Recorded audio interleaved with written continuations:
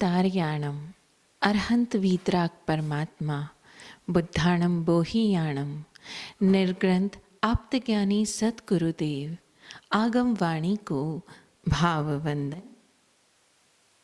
सृष्टि से प्रतिपल मिल रहे सहयोग के लिए आभार।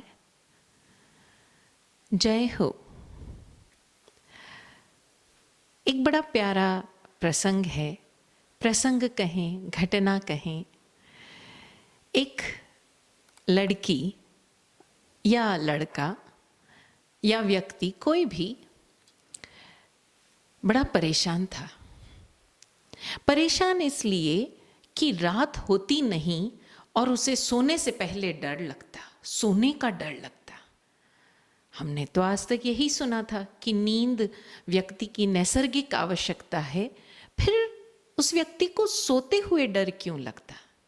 वो डर इसलिए लगता कि जैसे ही वो नींद में जाती वो लड़की और उसे एक सपना आता, और पिछले काफ़ी दिनों से वो सपना उसे बड़ा परेशान कर रहा था। सपना क्या था कि एक बहुत विशालकाय भयानक दैत्य उसका पीछा कर रहा है और वो एक ऐसे बड़े भूल भुलैया वाले बंगलानुमे महल या महलनुमा बंगला, जिसे भी आप जो भी समझें, उसमें भाग रही है जिसमें उसके अलावा कोई नहीं।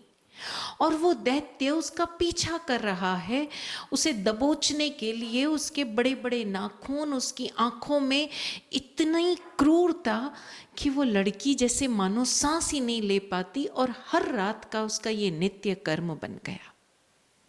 वो जैसे ही नींद में जाती और ये विशालकाय दैत्य उसके पीछे, और वो उसे भाग रही है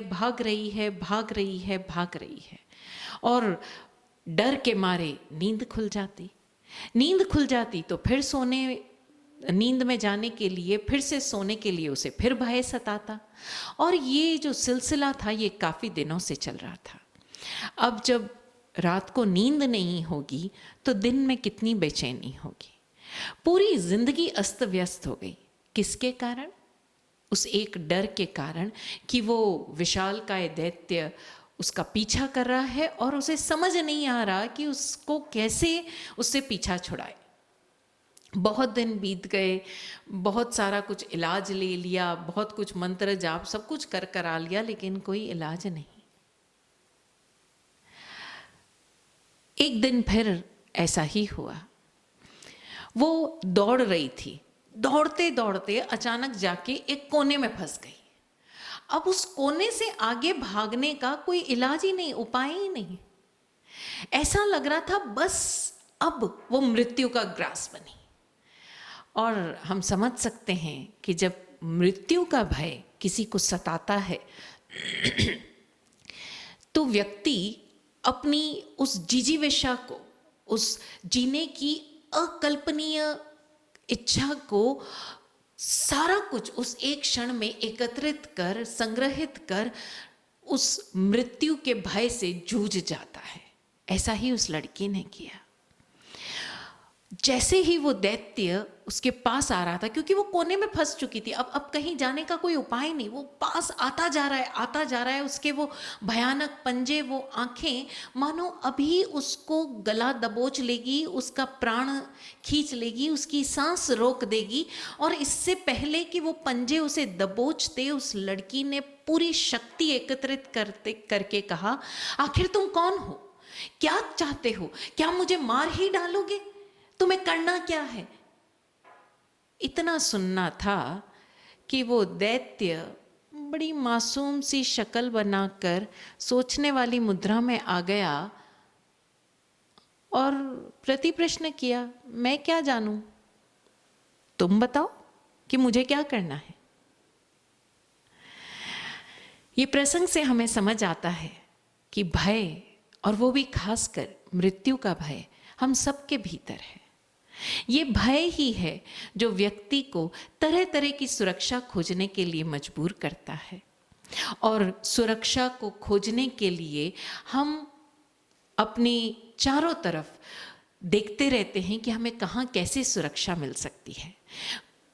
सबसे जो बेसिक जरूरत है वो है भोजन। मृत्यु का भय, भोजन मिल जाए तो व्यक्ति कुछ हद तक मृत्यु के भय से मुक्त हो जाता है, लेकिन ये नित्य कर्म है। फिर सुरक्षा खोजता है, कहीं कोई आकर हमें मार ना डाले। पेट तो भरा हुआ है, लेकिन आसपास के वातावरण से भय लगता है, और इस तरह वो सुरक्षा खोजता रहता है, कभी किन्हीं साधनों में, कभी किसी व्यक्ति में, कहीं न कहीं वो सुरक्षा खोजता है। और जब सुरक्षा कहीं भीतर एक एहसास हो जाता है कि मैं सुरक्षित हूँ, फिर ढूंढता है वो सुख। मुझे सुख कहाँ मिले? अब सुख वातावरण में भी हो सकता है, सुख कुछ व्यक्तियों के साथ रहने में भी हो सकता है, सुख भीतर मन की कुछ खुजलाहट को शांत करने में भी हो सकता है।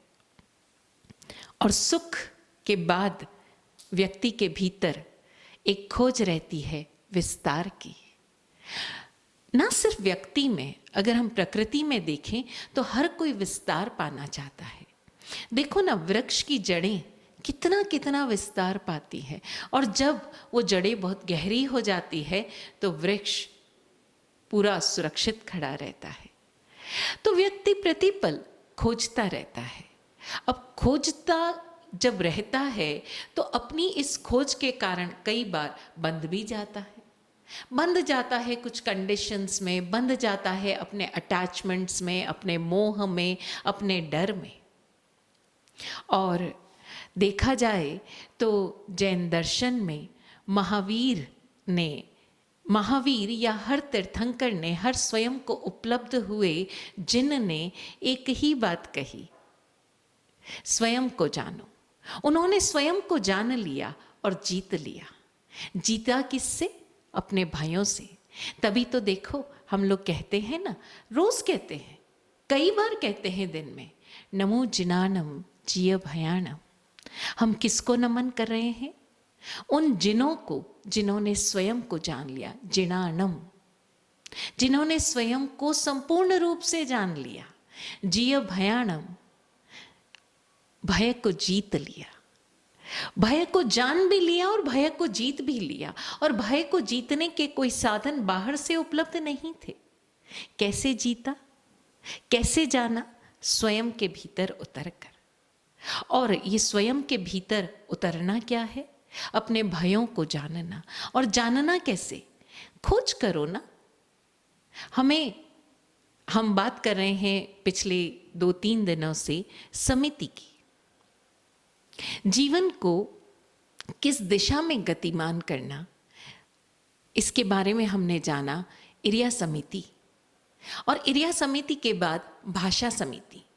जीवन को अपने इष्ट लक्ष्य की ओर गतिमान करते हुए, उस ऊर्ध्व गमन की ओर गतिशील करते हुए, गति देते हुए, हम कैसी भाषा से स्वयं को संस्कारित करते हैं, स्वयं को पोषित करते हैं, अपना सारा जो भीतर का कॉन्फ्लिक्ट है, द्वंद्व है, उससे कैसे पार पाते हैं। हम कैसे, चाहे ज्ञान हो चाहे दर्शन हो, हम इन सब को शब्दों के माध्यम से खुद को पोषित कर रहे हैं, खुद को भर रहे हैं, खुद को दिशा भी देने का प्रयास कर रहे हैं। और तीसरी समिति कही गई ऐषणा समिति। हम अपने इस मूलभूत भय को जीतने के लिए, जानने के लिए खोज करें। और खोज किसकी करें? सुरक्षा कहाँ ढूंढें? तो सुरक्षा कहीं बाहर नहीं, अपने भीतर है, अपनी आप को जानने में है। जब हम अपने भयों को जान लेंगे, उसे जीत लेंगे, तो हम स्वयं को उपलब्ध हो ही जाएंगे। तो हमें दिशा दी गई, हमें ये निर्देश दिया गया कि ऐषणा समिति की साधना की जाए। अब ऐषणा किसकी? ऐषणा यानी हमें खोज करना। तो कहा गया, साधु के लिए निर्देश आया कि प्रासुख को ग्रहण करो, प्रासुख को खोजो। प्रासुख क्या है, उसकी ऐषणा करो। प्रासुख बड़ा प्यारा शब्द है। सुख यानी मूलभूत प्राण जिसमें बहते हैं, प्राण धारा जिसमें बहती है, वो सुख, प्रासुख यानी प्रकर्ष रूप से उस मूल सुख धारा से, उस मूल प्राण धारा से जो अलग हो चुका है। असुख यानी अलग हो चुका, प्रासुख यानी प्रकर्ष रूप से अलग हो चुका। इसे हम ऐसे समझें कि जैसे एक पूरा पेड़ है, it is a living being, it has its own energy flow, एक पूरी प्राण धारा उसमें बहती है। अब एक फल जो उस पेड़ पर लग रहा है, एक फूल जो उस पेड़ पर लग रहा है, उसमें भी उसी पेड़ की प्राणधारा है। जैसे अगर हमारे पाँव के अंगूठे में ज़रा सा नाखून निकल जाए तो दर्द की सिहरन हमारे पूरे शरीर में दौड़ पड़ती है। क्यों? क्योंकि वो प्राणधारा एक है। इसी तरह से वो जो फल या जो फूल उस पूरे वृक्ष पर लग रहा है, वो उसमें उस पूरे वृक्ष की प्राणधारा बह रही है। एक कुएं में उस पूरे कुएं की प्राणधारा बह रही है, क्योंकि कुआं जो है, underground water, that is connected with the earth, धरती के साथ कनेक्टेड है। तो वो धरती की और उस कुएं की प्राणधारा एक है। तो कहा कि तुम किसी प्राणधारा को डिस्टर्ब मत करो और जो प्रासूख है उसे ग्रहण करो, मूल धारा से अलग हुआ। तो ये साधु के बारे में कहा गया कि वो भोजन, पानी या कोई भी व्यवस्था, चाहे रात को रुकने की स्थान हो या वस्त्र चाहिए, तो तुम प्रासुख ग्रहण करो। जो मूल धारा से अलग हुआ, किसी की प्राण धारा को डिस्टर्ब किए बिना आप वो चीज़ काम में लो। जैसे फल अगर अपने आप ही पक कर गिर चुका है, अब उसमें उसकी प्राणधारा नहीं है वृक्ष की, वो आप ग्रहण कर सकते हो। जैसे किसी गृहस्थी के घर भोजन बना है, सभी ने भोजन कर लिया है, कुछ एक्स्ट्रा है, अब ना तो गृहिणी का ना परिवार के किसी अन्य सदस्यों का उसमें कोई चित्त है, वो अचित्त है, किसी का पोजेशन नहीं है, किसी का चित्त नहीं अटका हुआ है, वो उनके लिए अब काम नहीं आने वाला है, वेस्ट भी है, एक्स्ट्रा भी है। तो साधु के लिए एक निर्देश दिया गया कि तुम प्रासुख और अचित्त ग्रहण करो। अब हम एषणा समिति को सिर्फ भोजन तक सीमित ना करें, सारा कुछ जो कुछ भी हम ग्रहण कर रहे हैं, चाहे वो विचार हो, चाहे कोई सामान हो, चाहे हमारी कोई वृत्ति हो, प्रवृत्ति हो, सब कुछ जो हम प्रतिपल ग्रहण कर रहे हैं उसकी हम एषणा करें। तो एषणा समिति को 3 भागों में बांटा गया, गवेषणा, ग्रहण और परिभोग।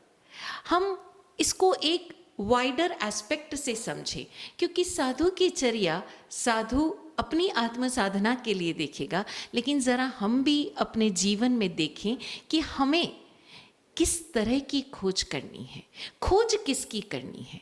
अब चारों तरफ देखा जाए तो जानकारियाँ बिखरी पड़ी है, तो पहले गवेषणा तो करें हम कि ये जानकारी हमारे लिए उपयुक्त है कि नहीं, फिर हम उसके भीतर जाएं, फिर हम उसको ग्रहण करें। आजकल सोशल मीडिया पर हर कोई एक्टिव है, हम प्रतिपल चीज़ें लेते जा रहे हैं और एक साथ, सपोज फॉर एग्जाम्पल हम बात करें ध्यान की, आजकल एक बड़ा चलन चल पड़ा है कि सभी को मेडिटेशन करना है, सभी को ध्यान करना है। अब ध्यान में भी हम किसी योग्य गुरु के पास या जिसने जो साधना की है, हम ज़रा गवेषणा करें कि क्या हम उस ज्ञानी गुरु के पास जा रहे हैं, उस ध्यान साधक के पास जा रहे हैं, या उस ध्यान को उपलब्ध हुए महानुभाव के पास जा रहे हैं। तो जिस दिशा में उन्होंने स्वयं को पाया, क्या वो मार्ग हमारे लिए उपयुक्त है या नहीं। लेकिन हम उनके पास जाते भी हैं, तब भी हमारे भीतर एक लोभ रहता है, एक लालच रहता है, एक ईगो रहता है कि हम उनके पास जा रहे हैं तो भैया उनके पास तो देखो कितने सारे लोग ध्यान सीखने आते हैं, हम इसलिए जा रहे हैं, इनका बड़ा नाम है, चारों तरफ लोग इनकी जय जयकार कर रहे हैं, हम उस लालच के साथ जा रहे हैं। वो जिस मार्ग से अपने आप को उपलब्ध हुए या अपने ध्यान में आगे बढ़े, हो सकता है वो मार्ग हमारे लिए उपयुक्त ना हो, क्योंकि स्वयं को उपलब्ध होने के बहुत सारे मार्ग हैं। हो सकता है ये ध्यान का मार्ग हमारे लिए ना हो सकता है ये भक्ति का मार्ग हमारे लिए ना हो। हम एक जिज्ञासु हैं, हमारे लिए शायद ज्ञान का मार्ग है। तो हम इस मार्ग की गवेषणा पहले करें, वरना क्या होगा कि हम भीतर की हमारी जो बनावट है वो कुछ और है, और हम अपने लोभ के कारण, अपनी एक चलन के कारण चले जाएंगे किसी और रास्ते पर। और ये केवल ध्यान साधना के लिए या स्वयं को उपलब्ध होने के लिए नहीं है। इस क्षण में हमें देखना है कि हमें कहाँ जाना है, हम किसकी खोज कर रहे हैं। आज हर चीज़ इतनी इजीली उपलब्ध है सोशल मीडिया पर कि हमें पता ही नहीं चलता कि हम क्या चाह रहे हैं, हम खोज किसकी कर रहे हैं, और जिसकी हम खोज कर रहे हैं क्या उसकी वाकई हमें आवश्यकता है। हम अनावश्यक ही खोज किए चले जाते हैं, अनावश्यक ही वो अपने भीतर का पिटारा भरते चले जाते हैं। अभी कल ही एक भाई का प्रश्न था कि महाराज साहब अभी नया नया शादीशुदा है, बिजनेस कर रहा है, बच्चा शायद अभी कुछ ही महीनों का है, और वो कह रहा है महाराज साहब मुझे खोज करनी है कि मैं कौन हूँ, मैं कहाँ से आया हूँ, मुझे स्वयं को उपलब्ध होना है, मैं क्या करूँ, मुझे समझ में ही नहीं आता, मैं ध्यान ही नहीं कर पा रहा हूँ, और मैं बिज़नेस भी अच्छे से नहीं कर पा रहा हूँ, मेरी पत्नी की भी अपने मेरे सास ससुर से मेरे माता पिता से बनती नहीं है, वो अलग रहना चाह रही है, मैं बहुत उलझ गया हूँ, क्या करूँ। तो मैंने कहा ठीक है भाई, तुम्हें अगर कुछ खुद को पाना ही है तो भैया सब कुछ छोड़ छाड़ कर चले जाओ। नहीं महाराज ऐसे कैसे छोड़ छाड़ के चले जाएं हम, मतलब हम छोड़कर भी नहीं जाना चाहते, हम रहना भी उन सारी सुख सुविधाओं के बीच चाहते हैं। क्यों? क्योंकि हमें स्वयं भरोसा नहीं है ना, हमारे लिए अभी वो प्रायोरिटी पर नहीं है कि हमें स्वयं को खोजना है। हमें ये भी सुविधा चाहिए कि कोई हमारे लिए सारी व्यवस्था कर दे, एक सुख सुविधा पूर्ण कमरे में बैठकर हम ध्यान साधना करें, समय पर हमारे शरीर को आवश्यक भोजन और अन्य वस्तुएं हमें उपलब्ध हो जाए और हम स्वयं को उपलब्ध हो जाएं। जरा चेक करें इस क्षण में आवश्यक क्या है आपके लिए। अभी हमने क्षण में रहना ही नहीं जाना, हमने अभी क्षण को कैसे सही तरह से रिस्पॉन्ड करना उसको ही नहीं जाना, तो क्या मात्र ध्यान में जाना ही स्वयं को उपलब्ध होना है। बड़ी प्यारी बात आचारांग सूत्र में आती है कि जो क्षण को जानता है वो पंडित है, क्षणम जाना ही पंडित। जो क्षण को जानता है वो पंडित है। अब हम अगर उस भाई को समझाने का प्रयास भी करें कि भाई तू बिजनेस भी कर रहा है तो अनअटैच होकर कर, बिल्कुल अपने कर्तव्य का पालन करते हुए वो बिजनेस कर, अपने घर में रहते हुए भी इस तरह रहे जैसे बिल्कुल किसी से कोई अपेक्षा नहीं, किसी से कोई चाहत ही नहीं, डिटैच होकर प्रेममय होकर जी। नहीं, ऐसे कैसे रह सकते हैं। घर में रहेंगे तो हम सबको समझाएंगे भी तो सही कि तुम्हें ऐसे रहना चाहिए, तुम्हें ऐसे रहना चाहिए, तुम्हें ये नहीं करना चाहिए, तुम मुझे डिस्टर्ब कर रहे हो, लेकिन हम कितना डिस्टर्बेंस क्रिएट कर रहे हैं ये हमें पता ही नहीं। तो पहले तो सबसे पहले हम खोज ये करें कि हमें खोजना क्या है, हम किस दिशा में आगे बढ़ रहे हैं, और उस दिशा में हम स्वयं को किस तरह के निर्देश दे रहे हैं, किस बात का डर है हमें। पहले अपने डरों को तो जान ले, पहले अपने डरों से तो मुक्ति पा ले, और जैसे जैसे हम अपने डरों को जान लेंगे, डरों को जाने बिना डरों से मुक्ति नहीं है, भय को जाने बिना भय से मुक्ति नहीं है।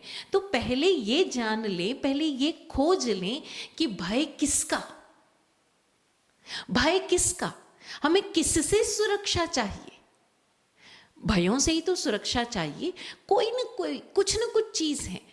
तो सबसे मूलभूत जो हमें डर लगता है वो है भूख का।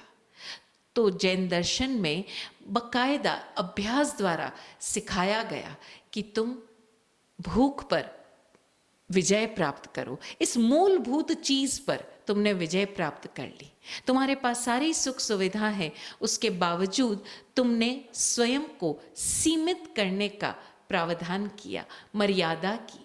तो जैसे जैसे इस भूख पर विजय प्राप्त करते जाते हो, इसीलिए हमारे यहाँ उपवास, तपस्या, इन सब के लिए विधान किया गया कि हम अपने मूलभूत भूख, भय को, इस भय को, भूख के भय को हम जीतने का प्रयास करें।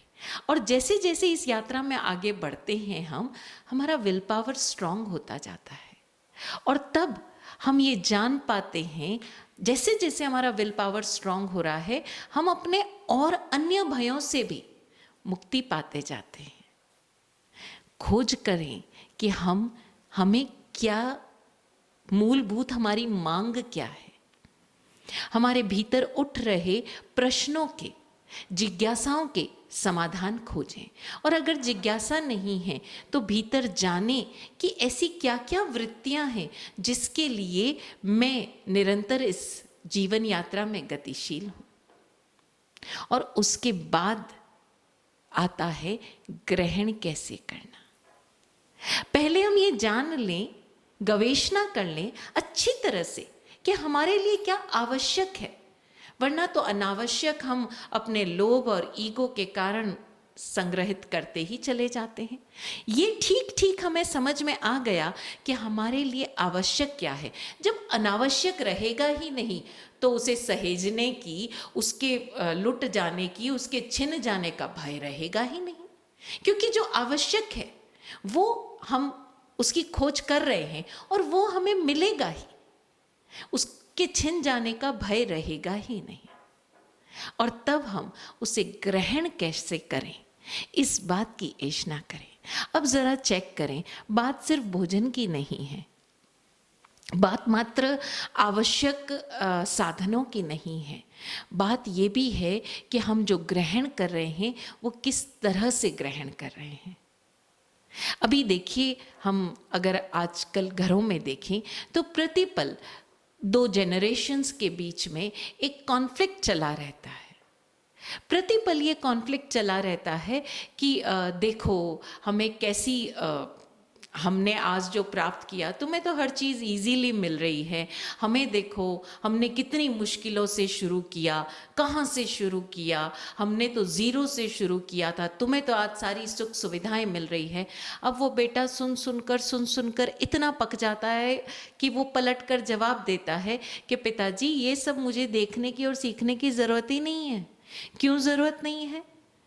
क्योंकि आपने जहाँ तक हमें जो सुख सुविधा उपलब्ध करवाई, हम उसके आगे की मांग कर रहे हैं। लेकिन वो पिता चाहता है कि जैसे मैंने शुरुआत की थी, मेरा पुत्र भी वहीं शुरुआत करे। और उस कारण से हम कभी उस जीवन यात्रा में आगे बढ़ ही नहीं पाते। एक परिवार से हम मिले, पिता ने जब शुरुआत की तब लगभग आप ज़ीरो, क्या आप समझ लें माइनस से शुरुआत की, क्योंकि इससे पहले वो 2-3 बिजनेस में फेल हो चुके थे। और जब उन्होंने शुरुआत की, बड़े इंटेलिजेंट थे, पुरुषार्थी भी थे और विल पावर भी स्ट्रांग था। उन्होंने अपने जीवन में अपने काम करने के जो बड़े परफेक्ट और मैनेज्ड तरीके से उससे जीवन में सफलता हासिल की, एक निश्चित मुकाम तक पहुँचे। ऑब्वियसली उनके बेटे ने जब जन्म लिया उनके परिवार में, तब तक उनके परिवार की स्थितियां वो नहीं थी जैसी जब पिता ने बिजनेस की शुरुआत की थी। और बेटा जब तक बड़ा हुआ तब तक तो स्थितियां और भी अलग हो चुकी थी। अब पिता चाहता है कि मैंने जिस तरह से बिजनेस किया, जिस तरह से धक्के खाए, वो एक्सपीरियंस तुम्हें भी हो। लेकिन पुत्र की परवरिश उस माहौल में ही नहीं हुई, उसने वो चीज़ें अपने आसपास देखी ही नहीं, उसको वो अनुभव ही नहीं। अब वो अपने भीतर उन सारी काल्पनिक, सो कॉल्ड काल्पनिक परिस्थितियों को अपने अंदर डाले भी कैसे। लेकिन पिता अड़ा हुआ है कि नहीं, अगर तुम्हें बिजनेस करना है और टूर पर जाना है तो you have to go by the local bus. क्योंकि जब तक तुम नहीं जाओगे तुम्हारे भीतर वो जज्बा नहीं आएगा। और बेटा कहता है why should I go by the local बस when I have a car at my home. मैं कार में जाऊं और मैं जाऊंगा एक दिन में तो मैं ज्यादा लोगों से बात कर पाऊंगा। Now days we have technology, online है सब कुछ, तो मैं ज्यादा काम कर पाऊंगा। लेकिन पिता अड़ा हुआ है। अब जरा देखिए, दोनों की खोज अलग अलग दिशा में है, और चूंकि खोज अलग अलग दिशा में है इसलिए ग्रहण भी जो कर रहे हैं वो भी अलग अलग होगा।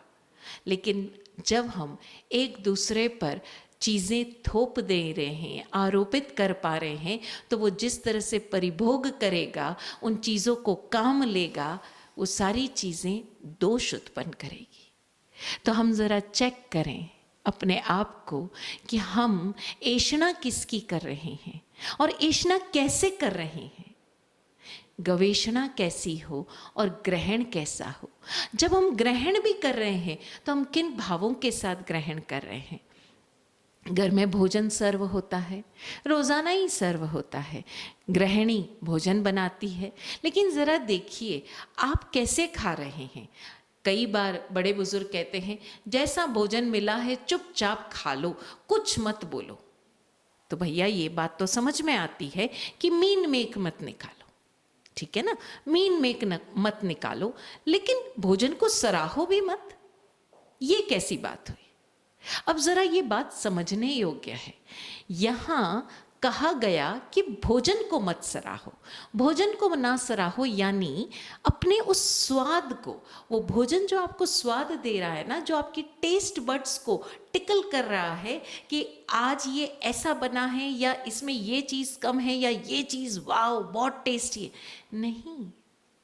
इसके लिए कहा गया कि भोजन जैसा भी बना है उसको ना सराहो ना उसके बारे में कुछ नेगेटिव बोलो, बड़े प्रेम पूर्वक तुम भोजन कर लो। लेकिन हमने इसको बड़ा लिटररी ले लिया, और लिटररी ले लिया तो हमारे घरों में बड़े बुजुर्ग जब भोजन भी करते हैं, क्योंकि उन्हें कहा गया, साधु संतों ने उनको सिखाया, और बात सही भी है कि भोजन को सराहो मत।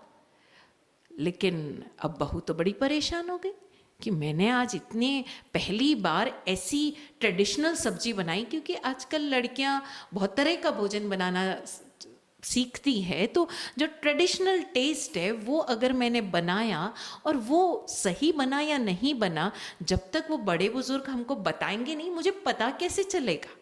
और अगर अच्छा बना है और आप उसको अप्रिशिएट कर रहे हैं तो वो मोटिवेट होगी, और आप कुछ भी नहीं बोल रहे हैं, गलती है तो अगली बार वो गलती रिपीट हो जाएगी। नाउ व्हाट टू डू, समझने योग्य बात है। ये कहा गया कि भोजन को स्वाद के आधार पर ना सराहो, लेकिन जिसने भोजन बनाया है, जो भोजन आप तक पहुंचा है, उसे ग्रहण तो आभार भावों के साथ कर सकते हैं ना। उस भोजन को प्रेम भावों के साथ ग्रहण कर सकते हैं। आभार, भोजन का हर घटक धन्य हो, भोजन का हर घटक धन्य हो, सृजक धन्य का पात्र, धन्यवाद सारे सहयोगी, सुख देता साक्षात, अद्भुत उत्तम दिन है आज। ग्रहण कैसे करना, किन भावों के साथ करना, इस बात की गवेषणा की जाए। आप तक ये जो भोजन पहुंचा है, ये ग्रहण करने से पहले गवेषणा तो करो, ये कहां से आया, किसने बनाया, और जिसने बनाया उसने कितनी मेहनत से बनाया, न जाने कैसी कैसी मुश्किलों से गुजर के बनाया। हो सकता है सिंपल उसने आपकी थाली में दाल और रोटी परोसी हो, लेकिन परोसने वाला कौन है। साधुओं के लिए भी तो इसीलिए कहा गया कि आप जब किसी के यहाँ से भिक्षा ग्रहण करो, गोचरी ग्रहण करो, तो ये ध्यान दो कि वो प्रासुक, अचित और ऐषणीय हो। खोज करो कि आपको प्रासुक भोजन मिल रहा है, खोज करो कि ये अचित्त है, इसमें किसी का कोई चित्त नहीं अटका हुआ है, चाहे उसके आशीर्वाद पाने की कामना हो, चाहे उसने किसी और के लिए रखा हुआ हो। उसी तरह से आप भी जब घर में कोई भी चीज ग्रहण कर रहे हो तो पहले गवेषणा तो कर लो कि ये किसकी है। जैसे अक्सर आप देखते हो घरों में छोटी छोटी बातें होती है कि घर में बहू और बेटियों के लिए एक साथ 10 साड़ियाँ आई। अब बहू ने अपने लिए साड़ी पसंद की, ननद आई और जो साड़ी बहू ने खुद के लिए पसंद करके रखी थी, ननद ने कह दिया ये साड़ी मुझे चाहिए। अब बहू का चित्त अटका हुआ है उसमें। तो बहू ननद पहले गवेषणा तो करे कि अच्छा भाभी ये साड़ियाँ देख ली क्या, भाभी ने कौन सी साड़ी पसंद की, अच्छा ये पसंद आई भाभी को, कोई बात नहीं मैं ये वाली ले लेती हूँ। अब ये गवेषणा अगर जब उसने की और फिर उसने जो कुछ भी ग्रहण किया तो वो सामने वाले के प्रेममय भावों को उसने ग्रहण किया, मात्र एक साड़ी नहीं ग्रहण की, उसका उदार हृदय, उसका प्रेम भी ग्रहण किया। और अगर बहू को भी पता चल जाता है कि दीदी को ये साड़ी पसंद आई, कोई बात नहीं दीदी मैं तो ये नहीं ये साड़ी ले लूँगी, आपको ये पसंद आई, ये गवेषणा अगर हम करें और ये ग्रहण करने से पहले, ये तो हमने मात्र कुछ वस्तुओं की बात की, हम ज़रा ये भी तो चेक करें कि हम जो विचार ग्रहण कर रहे हैं, जो किसी की कार्यशैली ग्रहण कर रहे हैं, जो किसी का ड्रेसिंग स्टाइल, काम करने का स्टाइल ग्रहण कर रहे हैं, वो क्यों कर रहे हैं। रिमेंबर हमने बात की थी पहले, वाई अगर क्लियर है तो हाउ हमें एषणा समिति सिखाएगी।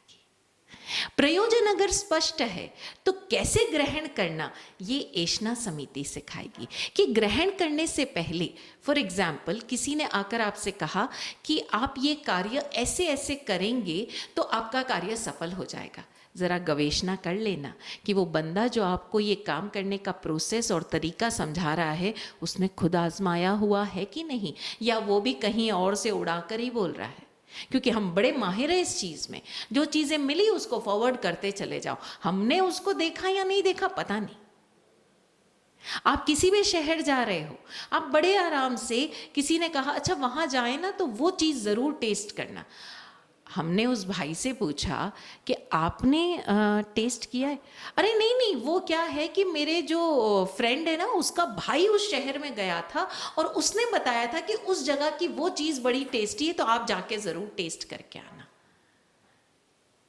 उसने स्वयं टेस्ट नहीं की, वो भी किसी और की सुनी सुनाई बात पर यकीन कर रहा है। तो ज़रा आप कोई भी विचार, किसी भी आपके कोई करीबी, आपके बॉस, आपके घर के सदस्य, किसी के बारे में भी आप कोई भी राय किसी की सुन रहे हैं तो गवेषणा करना कि वो राय किधर से आ रही है, और उसके बाद अपनी प्रज्ञा से, ध्यान से समझ कर लेना, अपने भीतर चेक करके फिर लेना कि ये क्या हो रहा है। और अंत में हम देखें परिभोग एषणा, यानी आप जिन चीज़ों का बार बार डेली उपयोग कर रहे हो, भोग कर रहे हो, उसको भी चेक करना। ऐसा नहीं है कि ठीक है घर में मम्मी है, मम्मी तो रोज़ ही ऐसा कहती है, अरे रोज़ कहती है और आज कह रही है, अंतर है। आप रोज़ाना ही ये खाना खाते थे लेकिन आज चेक करो, आज आपकी बॉडी क्या अलाउ कर रही है। लेकिन हम तो आदतन ही खाते जाते हैं, रोज़ाना 3 रोटी खाते हैं, आज 3 रोटी खा नहीं रहे हैं, ज़रूर कोई बीमारी हो गई, लेकिन हम ये चेक नहीं करेंगे कि मेरे पेट की आवश्यकता कितनी है। हम तो रोज़ाना इसी तरह से सोते हैं, इतने ही घंटे सोते हैं, आज अगर कम नींद आई है, हो सकता है आपके शरीर की आवश्यकता नहीं हो सकता है कि अभी आपका शरीर आपको कुछ और संकेत दे रहा हो। इसी तरह से हमारे रिश्ते, 3 साल पहले आप अपनी मौसी से, बुआ से या किसी से भी मिले, उन्होंने आपको जो कुछ कहा उस समय आप भी तो 3 साल पहले कुछ अलग माइंडसेट के थे, आपकी भी तो मैच्योरिटी लेवल अलग थी और आपके उस सो कॉल्ड रिलेटिव की भी अलग थी। आज 3 साल बाद मिल रहे हो तो क्या उसी सोच से मिलोगे? नहीं, आज आप भी 3 साल आगे आ चुके हो और वो भी 3 साल आगे आ चुका है। इस क्षण वो व्यक्ति आपसे क्या कह रहा है, अगर आप उन पुरानी चीज़ों को छोड़कर फिर इस रिश्ते से मिलोगे, इस क्षण में उपस्थित रहकर मिलोगे, तो जान पाओगे कि उस व्यक्ति वो जो व्यक्ति आपको देना चाह रहा है, या वो व्यक्ति जो कह रहा है, या आप उस व्यक्ति को जो इस क्षण में एक्सेप्ट कर रहे हो, वो किस तरह कर रहे हो। तो ध्यान देना, पास्ट की मेमोरीज की भी गवेषणा करना। ऐसा नहीं है कि उसने पास्ट में आपको धोखा दिया और आज आकर फिर वो नई बात कह रहा है, महाराज साहब आपने तो कहा था कि पास्ट को भूल जाओ, आज देखो। बिल्कुल, लेकिन अटेंटिव तो रहे ना, ध्यान तो देना कि पिछली बार आपने धोखा क्यों खाया था। वो उस व्यक्ति के कारण खाया था या आपकी अपनी किसी अनअटेंटिवनेस के कारण? आप स्वयं प्रमाद में थे, आपने कुछ चीजें मान ली थी। इस क्षण में आप कैसे, जो आपके सामने प्रोजेक्ट है, जो आपके सामने बात है, जो आपके सामने जानकारी है, anything which is in front of you, आप उसे ग्रहण करने से पहले, बार बार यूज करने से पहले, भोग करने से पहले गवेषणा करना, इसका मूल सोर्स क्या है। तो ये गवेषणा, ग्रहण और परिभोग, ऐषणा समिति हमें जीवन में हर क्षण कैसे अटेंटिव रहना, कैसे अवेयर रहना, ये सिखाती है। प्रतिपल हमारे भीतर की उस खोजी प्रवृत्ति को अवेयर रखने की, अटेंटिव रखने की शिक्षा देती है। और याद रहे, जो हर क्षण जागृत रहा उसी ने स्वयं को जाना, और जो हर क्षण को जान लिया वो पंडित हो गया। हम सब भी इस राह में आगे बढ़े, यही सद्भावना। ओम शांति।